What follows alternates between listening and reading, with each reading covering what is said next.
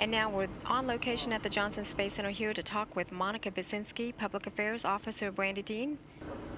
Hi, welcome to Building 9, the Space Vehicle Mock-Up Facility here at Johnson Space Center. And as Miko said, we have with us today Monica Basinski, who is going to be telling us about a test that's going on here in the background. Why don't you kind of take it from the top on what we're doing here? What we're doing here is we are testing a airlock transfer device that we've developed.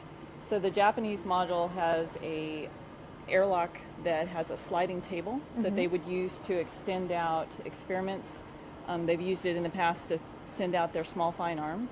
And what we're going to use it for is we're going to use it to bring spares that are internal in the pressurized volume outside so that the dexterous robot can access it and use that spare in maintenance activities. Okay, so what we've got behind us is the trainer that's used for the special purpose dexterous manipulator, or Dexter, which is what we normally like to call it. But and that's used already to change out spare parts or ORUs, orbital replacement units, Yes, right? we've actually already changed out this little tiny ORU, which is the remote power controller module.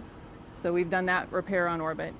And in the testing here, we're testing all sorts of ORUs, including this small one and the big one that you see that they're maneuvering around back there, as well as a variety of different shape ORUs or boxes, and different configurations of those boxes.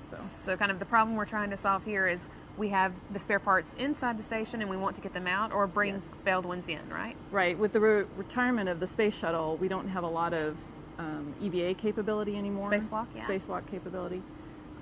So this will enable us, in fact, they only have one spacewalk per year. And if the spare is inside, the robot can't get at it. So what this will enable us to do is to bring those spares outside. The robot can use them to do the maintenance activities throughout the year, not requiring the crew to come outside. Okay. Saves on time. So how will it work? I think well, what happens, I have this is a half-scale mock-up that we have. And I will hand that to you. Yeah. So inside, the crew in their shirt sleeves would assemble the transfer interface, which is really a glorified clamp. And this, the silver part represents the airlock table. Okay. So they would have it, they would assemble it, they move the walls into position based on the ORU or the box that's going in it. This is a little Canadian mock-up box that we're using here, again, half scale. And they would put the spare into the system and then they would close the clamp. Okay. This would then extend outside. And once it's outside, the dexterous robot would fly in, would grab the grass fixture on the box, and then inside the crew would flip a switch which would automatically pull this back, and then the robot would pull that away and then go use it in the maintenance activity. Okay. So that seems pretty straightforward. Yes. So what are y'all working on here today? Why do you need to practice it, I guess? What we're testing here today is we're still in the design phase.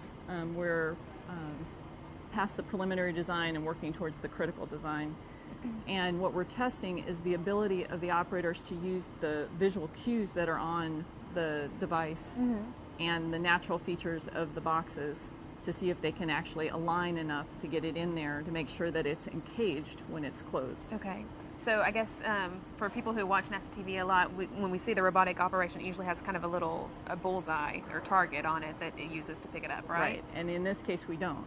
Because for one, when you're going to insert the ORU, there's a lot of times the end effector, the end of the arm, is looking at the box itself. So it can't see anything around it but the box. We're using the external cameras, a couple that are on the robot itself, on the large arm, and ones that are on station and on the Japanese facility to look at the work site. And all of those cameras are positioned where they are. So they may be at a slight angle to the work site or looking like over the shoulder of the robot, so the robot's partially blocking the view. So what we're testing here is whether the operator can still interpret the cues correctly to get the box into the center. And you've been doing a couple of weeks of testing now, right? How's it we going? Started last week. It's going pretty well. We've had some learning experiences as we've gone. We've actually added some visual markings onto the various pieces of the interface to help improve their ability to align and see the information that they need to see. And we've had some more interesting experiences, we had one box that's actually a very large box. We don't actually have a real representation of it here. We're using the one that we have in the grippers right now as a volumetric representation of it. But it's so big that it has a very tight clearance when it goes into this interface. So what we end up doing is aligning very precisely up at the top and coming in. Mm-hmm.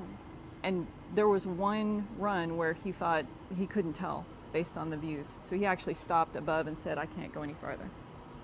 Oh, really? Yeah. Okay. So so there's few things to work out, I guess, yes. before it's probably still a while before you get it up on orbit or anything. Well, actually, they're planning to launch it at the beginning of next year. Oh, okay. So not so far away. Yeah, not so far away. Is that pretty exciting to be working on something that's going up into space? It is, actually. And actually, the immediacy of it is exciting, too. We already have people that want to use it. Oh, yeah? Payloads that want to use it to bring out new components or mm-hmm. swap out components on their payloads to extend their life. Yeah, I bet people can think of a lot of uses for that. Yeah. And it's good. We were talking earlier about having ways we're finding to use that airlock, right? Yes. And I guess it's pretty international. It is very international. So the airlock itself is the Japanese, the robot and all of the robots are Canadian, and mm-hmm. then NASA is helping with the design of the system itself. So. Is that interesting, working with all those different parts? It is. Yeah. It's very, all of the groups are very intelligent and, very, very good workers, I guess. It's always been nice to work with all of them. So, well, what's the next step for y'all?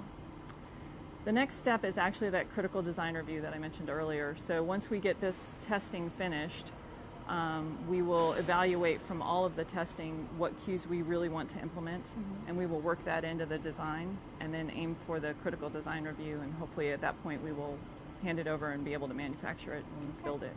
Well, good luck. We really appreciate you telling us more about this. Thank you.